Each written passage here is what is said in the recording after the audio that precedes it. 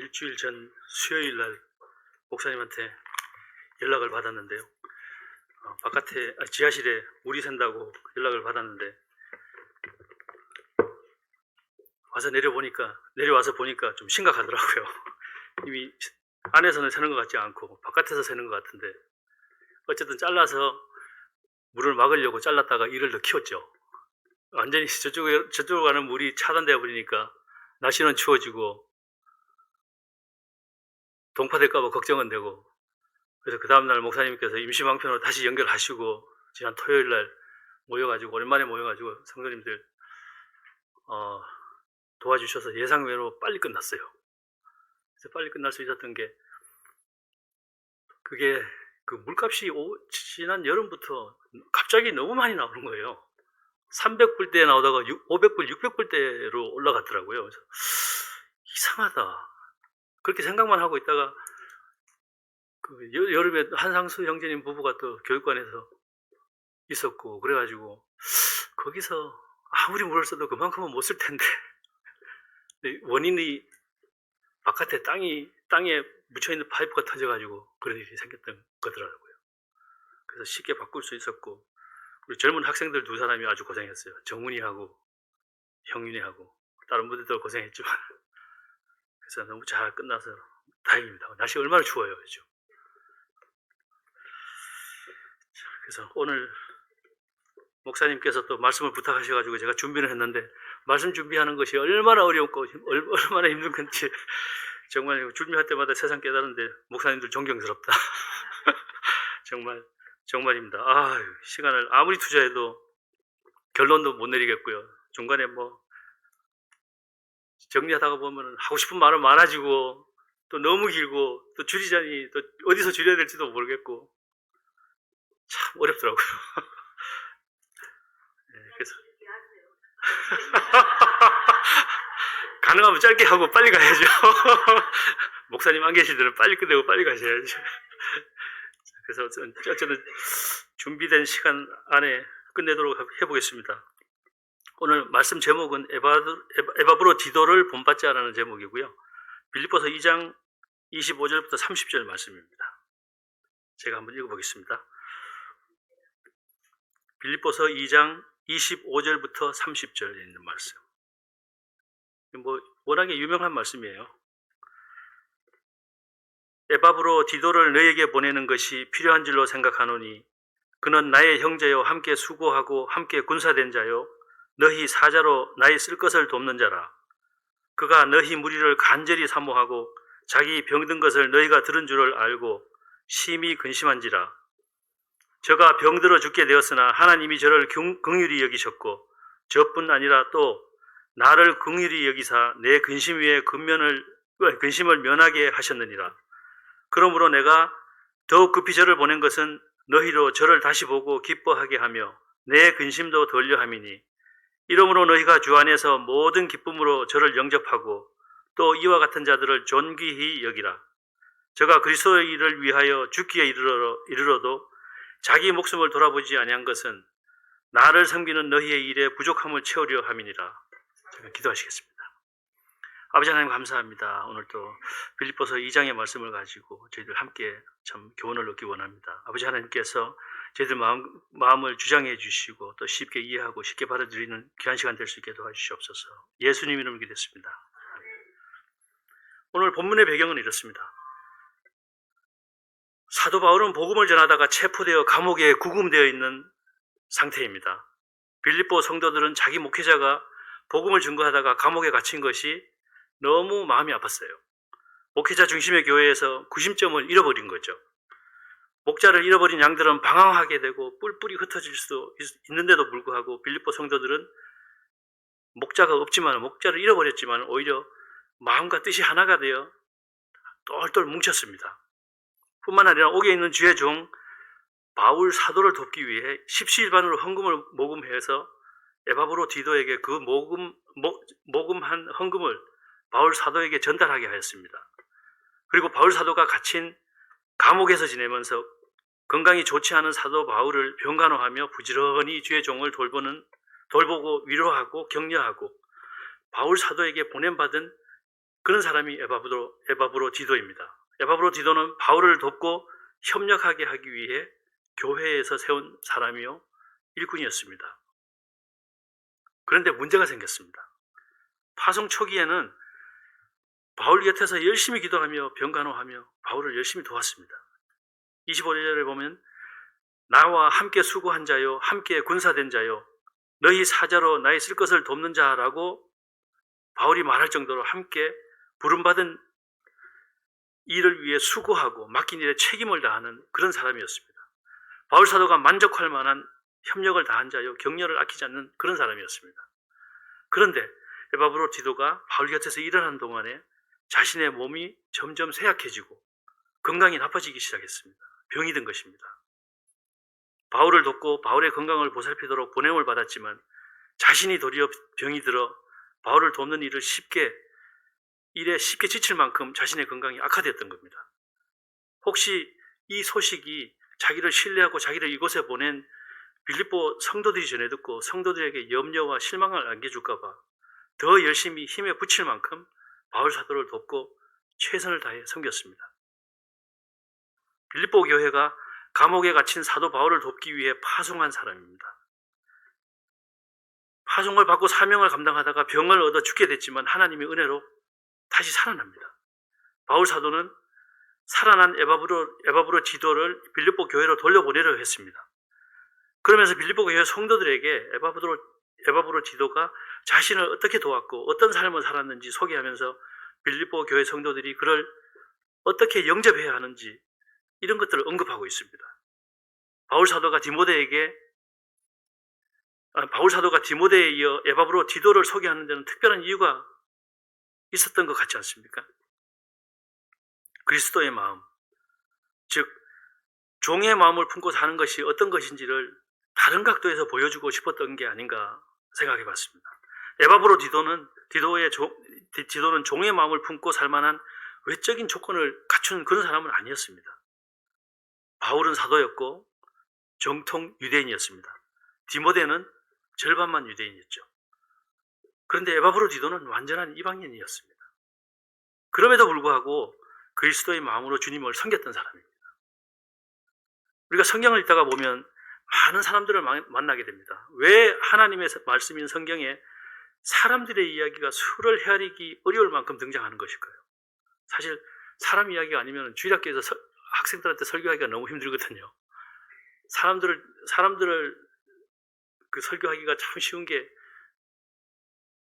내 얘기처럼 아이들도 받아들일 수가 있으니까 복음을 가지고 얘기하면 어렵잖아요. 그래서 성경은 하나님 자신에 대한 말씀이면서도 동시에 우리 인간에 관한 말씀이기 때문입니다. 하나님께서 많은 사람들의 이야기를 통해 오늘을 살아가는 우리들에게 말씀하고 계신 것입니다. 그 사람들을 우리의 거울로 삼으라는 것입니다. 우리 자신을 그 사람들에게 비춰보고 그 사람들과 비교해 보라는 것입니다. 악한 면을 통해서는 악을 배척하고 선한 면을 통해서는 선한 교훈을 얻으라는 것이죠. 어떤 면에서는 딱딱하게 이어질 수 있는 교훈을 직접 듣는 것보다는 사람이나 실생활에서 일어나는 신뢰, 사례들을 가지고 우리가 교훈을 배우는 것이 훨씬 더 이해가 쉽고 빠를 수가 있습니다. 지루하지 않고 흥미진진하잖아요. 그래서 하나님은 성경 안에 수많은 사람들의 이야기를 기록해 놓으신 것입니다. 그러므로 우리가 성경에 등장하는 사람들을 공부하고 그들을 통해 영적 교훈을 얻는 것은 매우 귀하고 중요하다는 것이죠. 우리는 이런 에바브로 디도와 같은 사람을 귀하게 여겨야 합니다.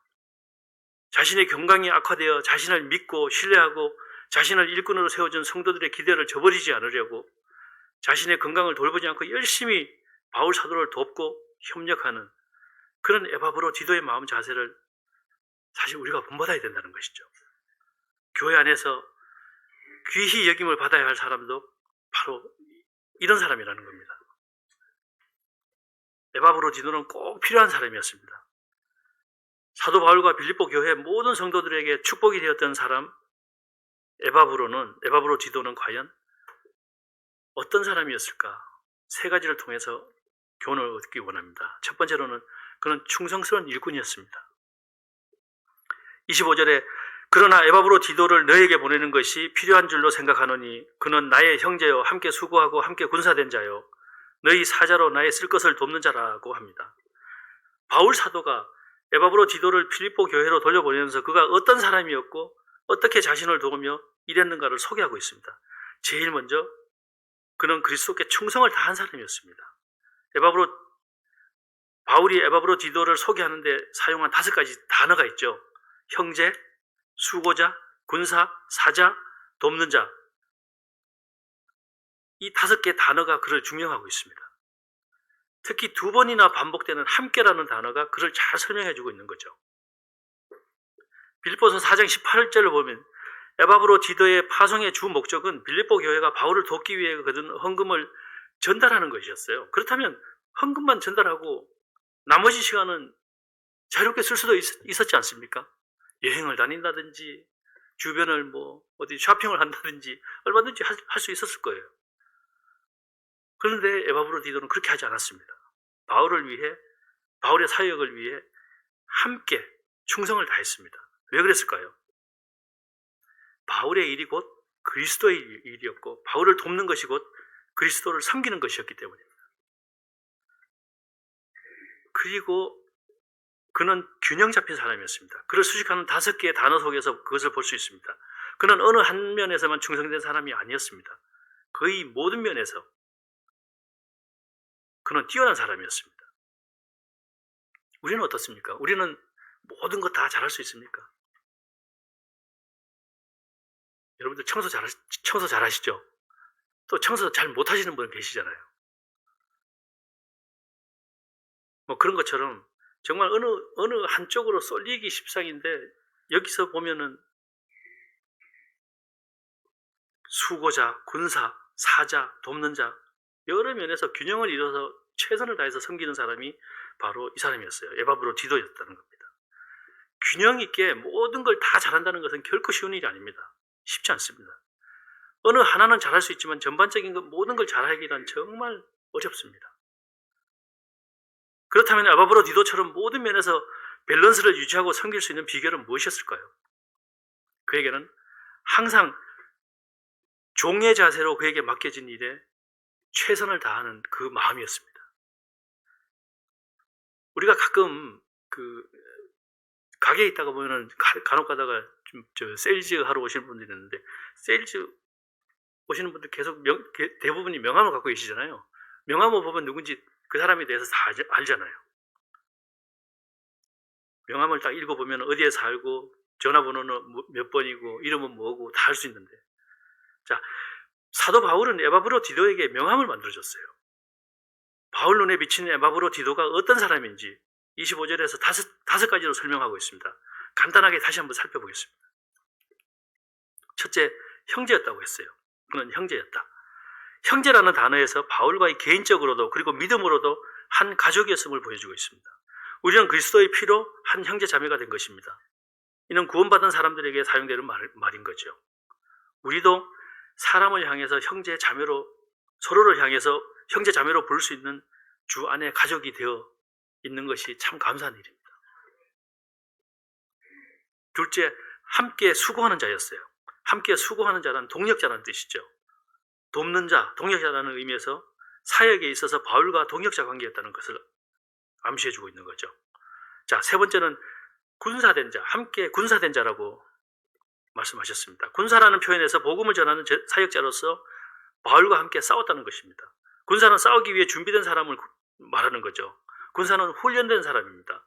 군사는 자기를 기쁘게 하지 않고 모집한 사령관을 기쁘게 한다고 디모데후서에서 말씀하고 있지 않습니까? 주님을 섬기다가 죽을 고비가 있었지만 그래도 여전히 주님을 섬기기 원하는 충성스러운 사람이었습니다. 끝까지 싸움을 싸웠던 충성스러운 군사가 바로 에바브로 디도였던 거죠. 자, 4번째로는 보냄을 받은 사자였습니다. 보냄을 받은 사자로 빌립보 교회를 대표하는 파송자로서 충성을 다했습니다. 빌립보 교회에서 로마 감옥에 갇힌 사도 바울을 위해 특별한 사랑의 헌금을 했습니다. 그리고 그것을 에바브로 디도 편으로 보냈습니다. 에바브로 디도는 빌립보 교회를 대표해서 바울을 섬기도록 파송된 그런 사람이었다는 거죠.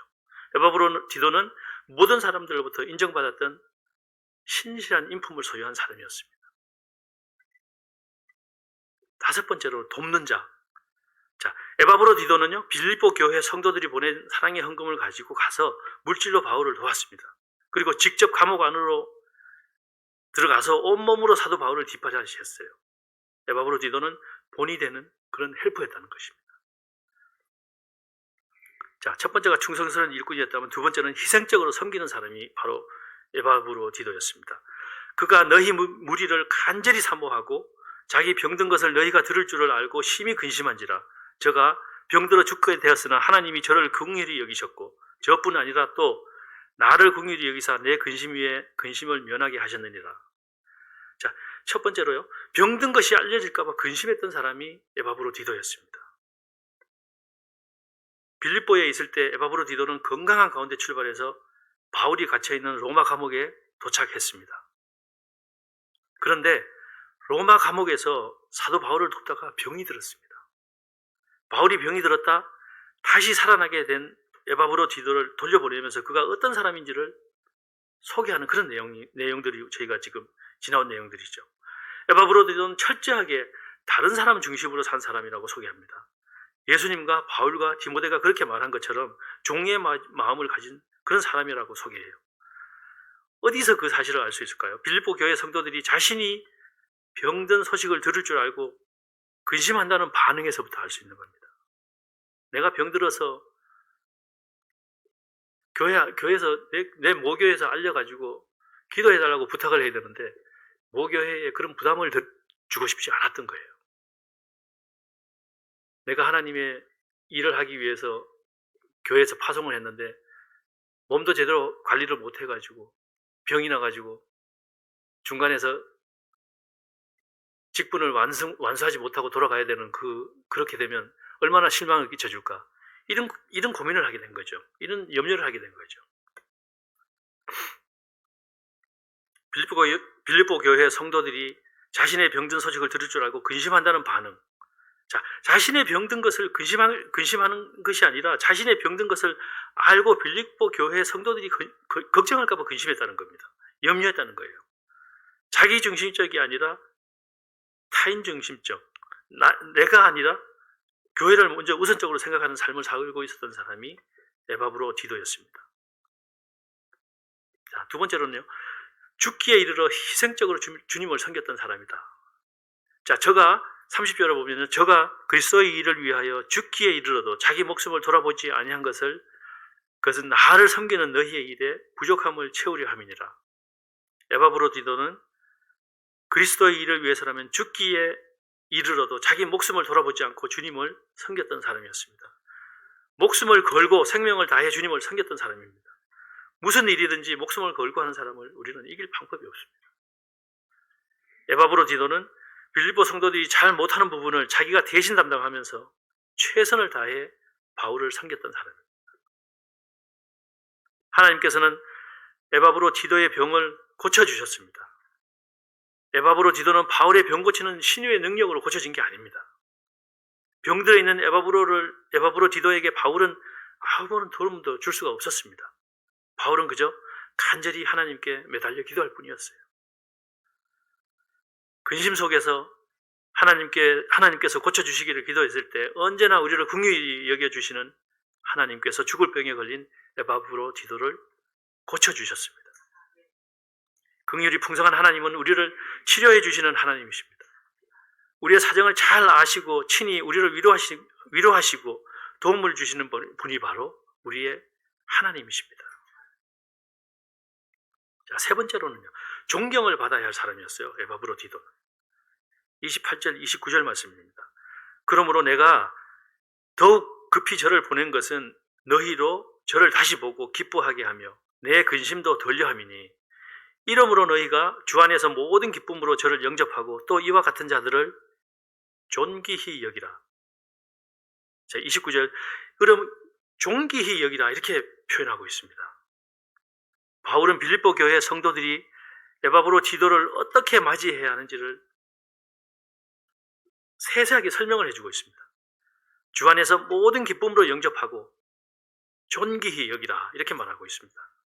바울이 이렇게 당부하는 이면에는 어쩌면 빌립보 교회 성도들 중에서 에바브로 디도에 대한 잘못된 생각을 갖고 있는 사람이 있을까 염려해서 일지도 모르겠어요. 잘못 생각할 가능성이 무엇이 있었을까요? 충분히 있을 수 있는 거잖아요. 대표자로 파송을 했는데 병이 나서 사명을 제대로 감당하지도 못하고 비참하게 돌아오게 됐다. 이렇게 생각하는 사람이 있지 않았을까요? 왜 생사의 기로에 선 바울을 팽개치고 왔느냐? 이렇게 다그치는 사람도 있지 않았을까요? 사람들의 기본적인 성향을 보면 그럴 가능성이 충분히 했을 것이라는 걸 유추해 볼 수 있는 거죠. 그래서 바울은 그런 부정적인 생각을 원천적으로 봉쇄하고 그를 온 교회가 기쁨으로 맞이하라고, 존귀히 대하라고 이렇게 설명을 하고 있는 겁니다. 또한 그를 존귀히 여기라고 하죠. 종의 마음으로 충성을 다하다가 죽음의 무턱에 이르렀던 에바브로디도는 성도들로부터 모든 기쁨으로 영접을 받고 존귀하게 여김을 받아야 마땅하다는 것입니다. 이것은 종의 마음을 가진 에바브로디도가 주님으로부터 받은 엄청난 축복인 거죠. 자, 그런데 여기서 우리가 주목해야 될 말씀이 있습니다. 또 이와 같은 자들을 존귀히 여기라, 이 말씀입니다. 성경은 어떤 사람이 교회 안에서 존귀하게 여김을 받아야 하는가를 분명하게 말씀하고 있는 거죠. 에바브로디도처럼 종의 마음을 가지고 섬기는 모든 사람을 항상 기쁨으로 대하고 존귀하게 여기라는 겁니다. 나 자신이 먼저 종의 마음으로 섬기고 그렇게 섬기는 자들을 위로하고 격려하고 존귀하게 대해야 된다고 성경은 가르치고 있는 겁니다. 종의 마음을 가지고 복음을 위해 충성을 다하고 다른 사람의 안위를 생각하는 사람들은 그런 사람들을 그렇게 대하라는 거죠. 그가 종의 마음을 가진 사람임을 알 수 있는 또 다른 증거는 죽음을 각오하고 바울을 돕고 바울과 함께 복음을 전한 것입니다. 30절에요. 저가 그리스도의 일을 위하여 죽기에 이르러도 자기 목숨을 돌아보지 아니한 것은 나를 섬기는 너희의 일에 부족함을 채우려 함이니라, 이렇게 말하고 있습니다. 왜 그가 병이나 죽을 지경에 이르기까지 사도 바울을 도운 것입니까? 한 두 가지 정도 생각해 볼 수 있을 것 같아요. 하나는 그리스도를 위해서 그렇게 한 것이고요. 또 하나는 빌립보 교회 성도들이 직접 와서 할 수 없는 일을 대신했다고 볼 수 있는 겁니다.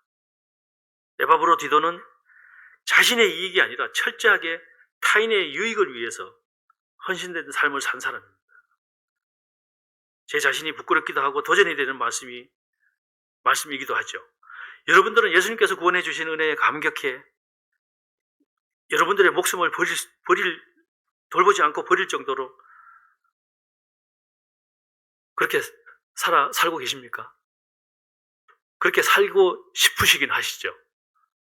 저도 그렇게 살고는 싶거든요. 쉽지는 않지만. 그래서 우리가 에바브로디도를 교훈 삼아서 에바브로디도와 같은 사람이 돼야 된다고 성경은 그렇게 말씀하고 있는 겁니다. 사도 바울이나 에바브로디도는 자기 자신의 필요보다는 다른 사람의 필요를 먼저 생각하고 살았던 정말 귀한 사람이었습니다. 사도 바울은 에바브로디도를 빌립보 교회에 보내면서 이와 같은 자들을 존귀히 하라, 이렇게 말씀하고 있는데요. 존귀히 하라, 존귀히 하라 무슨 뜻입니까? 국어 사전을 찾아보니까요, 지위나 신분이 높고 귀하게 여기라, 귀함이다, 뭐 그런 뜻이라고 그래요. 자, 자칫 잘못하면요, 교회에서도 섬기는 사람을 귀하게 여기지 않을 수 있어요. 당연시 여길 수 있다는 거죠. 세상적인 사고방식으로 이렇게 생각해보면 아름답게 섬기는 사람들을 낮게 보면 무시하는 사람들, 그런 사람들을 많이 보잖아요. 그래서 뭐 갑질이니 뭐니가 뭐 그런 얘기가 나오잖아요.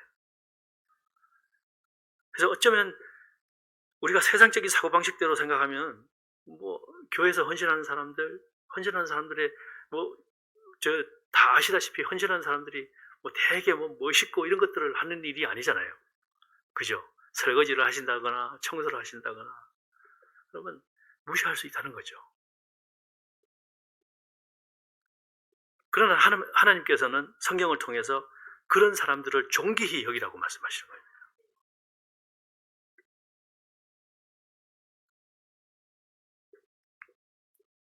자, 여기에 두 종류의 사람이 있다고 가정해 봅니다. 1번은요, 예우받는 사람이에요. 예우받는 사람. 예우받는 사람, 예의를 지켜서 정중하게 대우하는 사람. 1번입니다. 2번은 존경받는 사람. 존귀히 여김을 받는 사람. 다른 사람들이 받들어 공경하는 사람.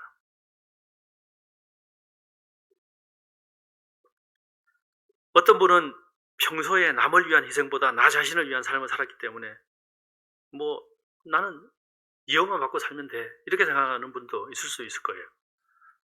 나이가 많아서, 지위가 높아서, 직분이 높아서, 부자여서 예우는 누구나 다 받을 수 있다는 거죠. 그러나요, 2번 존경받는 사람은요, 존경받으며 살아가는 사람들은, 존귀히 여김을 받으며 살아가는 사람들은 쉽지 않다는 겁니다.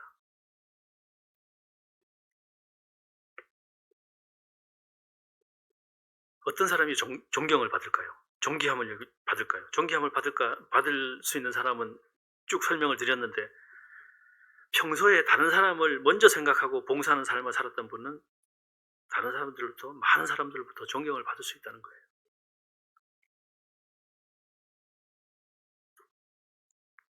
존경은 내가 받고 싶다고 해서 받아지는 것도 아니잖아요. 존경심은 마음에서 우러나야 되잖아요. 여러분들은 1번이나 2번 중에 어떤 것을 선택하고 싶으세요? 어떤 삶을 살고 싶으세요?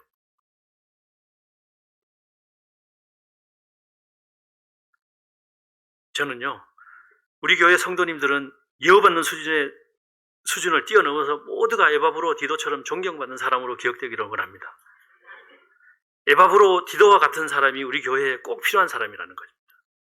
에바브로 디도처럼 살아가는 저와 여러분들이 됐으면 좋겠습니다. 기도하시겠습니다. 아버지 하나님 감사합니다. 참 오늘 또 에바브로 디도를 통해서 정말 하나님을 섬기는 일에 어떤 마음가짐과 어떤 자세로 섬겨야 되는지에 대해서 배웠습니다. 아버지 하나님, 정말 우리 삶 가운데서 참 이런 귀한 사람들을 좀 존경하고 좀 존귀히 여기는 참 그런 우리 모든 사람들이 될 수 있게 도와주시고, 그것을 뛰어넘어 내가 존경받고 참 존귀히 여김을 받는 그런 참 삶을 살 수 있도록 하나님 도와주시옵소서. 참 날씨가 많이 춥습니다. 건강들 잘 챙길 수 있도록 함께 해주시고, 또 건강으로 고통받지 않도록 하나님께서 항상 참 앞서서 방어해 주시기를 간절히 원합니다. 예수님 이름으로 기도했습니다.